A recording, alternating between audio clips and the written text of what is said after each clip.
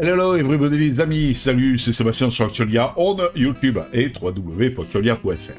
Alors nos chers politiciens, on va parler d'économie un petit peu aujourd'hui, nos chers politiciens ont décidé, donc plutôt la BCE a décidé, si vous voulez, donc tout simplement, eh bien de petit à petit abandonner l'espèce, l'argent liquide, pour aller vers l'euro numérique. Voilà, et nous allons en parler si vous le voulez bien. Les dangers de l'euro numérique. L'euro numérique est un projet de la Banque Centrale Européenne, la BCE, visant à créer une monnaie numérique de banque centrale, la MNBC, pour la zone euro. En fait, c'est quoi? Il s'agirait d'une monnaie numérique émise par la BCE qui serait disponible sur un portefeuille électronique et pourrait être utilisée pour effectuer des paiements en ligne et hors. Alors, le projet d'euro numérique est soutenu par de nombreux arguments, notamment il permettra de rendre les paiements plus sûrs et plus efficaces. Il favoriserait l'inclusion financière des personnes qui n'ont pas accès aux services bancaires traditionnels. Il permet à la BCE de contrôler plus efficacement l'offre de la monnaie. De contrôler plus efficacement. Et ça, déjà, ça devrait nous chagriner. Cependant, le projet d'euro numérique soulève également des inquiétudes, notamment en termes de protection de la vie privée et de souveraineté monétaire. Les risques pour la vie privée, tiens, parlons-en.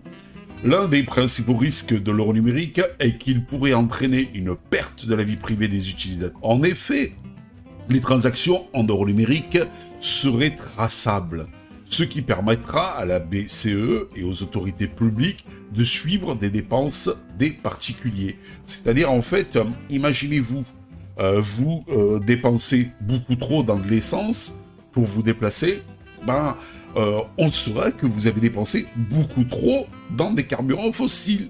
Et nos amis écolos vous diront, attention, si vous continuez comme ça, eh bien on vous bloquera l'accès aux stations-service, vous ne pourrez plus acheter du carburant dans les stations-service pour justement diminuer votre empreinte carbone. Vous voyez un petit peu le truc? C'est quand même chaud, hein. Cette perte de la vie privée pourrait avoir des conséquences négatives, notamment, elle pourrait faciliter la surveillance des individus par les gouvernements. C'est ce que j'étais en train de vous dire. Voilà, tout simplement. Ou alors on vous dira, eh bien, vous avez trop consommé de viande, et bien maintenant, on vous interdit donc de consommer de la viande ou on vous restreint à ne manger de la viande qu'une fois par semaine pour faire plaisir à notre dieu écologie.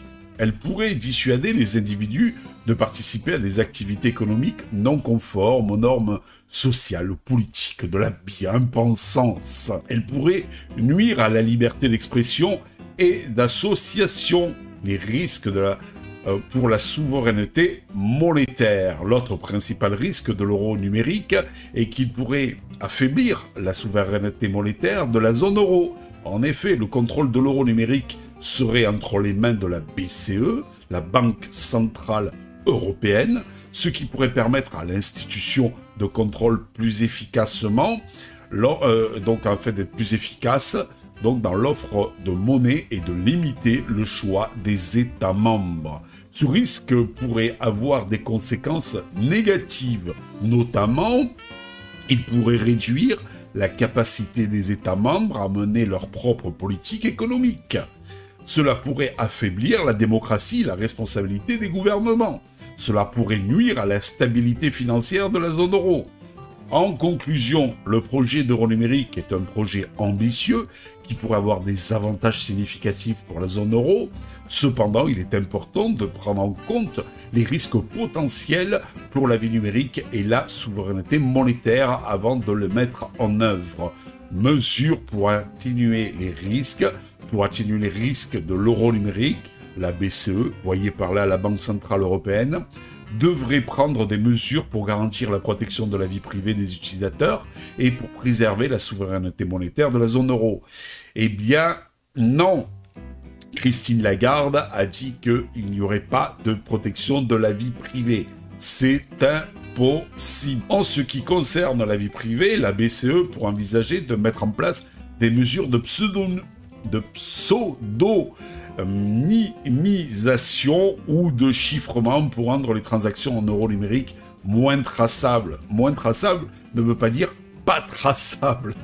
Elle pourrait également prévoir des mécanismes de consentement explicites pour la collecte et le traitement des données personnelles. En ce qui concerne la souveraineté monétaire, la BCE pourrait envisager de partager le contrôle de l'euro numérique avec les États membres. Elle pourrait également prévoir des mécanismes de consultation, de participation des citoyens à la conception et à la mise en œuvre de l'euro numérique. Il est important de noter que ces mesures ne sont pas sans limite.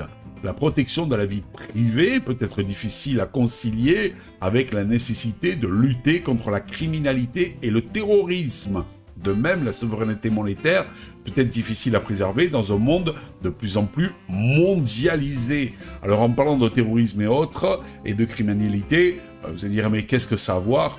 Si jamais on vous enlève donc l'argent liquide, on le remplace par l'euro numérique, et vu que c'est quand même traçable, si par exemple vous êtes quelqu'un qui aime bien donc aller fumer un joint de temps en temps, ce qui n'est pas le style de la maison, mais bon, on va prendre le cas de certains, et que vous allez acheter votre drogue, donc en fait, comme avant, avec l'argent liquide dans le truc du coin, et bien là, ça ne sera plus possible.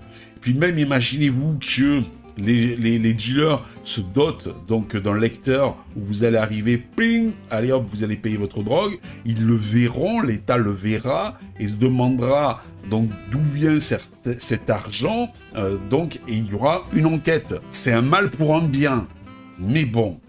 Malgré ces limites, il est important de prendre en compte les risques potentiels de l'euro numérique avant de le mettre en œuvre. Imaginez-vous la petite grand-mère qui donnait la petite pièce ou un petit billet à ses enfants parce qu'ils avaient fait le ménage, parce qu'ils avaient été sympas, parce que si, parce que là, parce qu'ils sont venus tout simplement venus la voir et tout ça. Maintenant, ça sera peut-être moins possible, plus possible, je sais pas. La BCE doit s'assurer que les mesures prises pour atténuer ces risques sont suffisantes pour protéger les droits et les libertés des citoyens. Wait and see. L'avenir nous le dira. Mais de vouloir tout décentraliser, de vouloir tout remplacer par du numérique, n'est-ce pas aussi problématique? Et en plus, ça rime. L'avenir nous le dira. Et vous, vous en pensez quoi? Ciao pour une prochaine vidéo sur Actualia. Bye bye. Si vous avez aimé cette vidéo, abonnez-vous, mettez un pouce en l'air et partagez cette vidéo. Merci, cela fait toujours plaisir.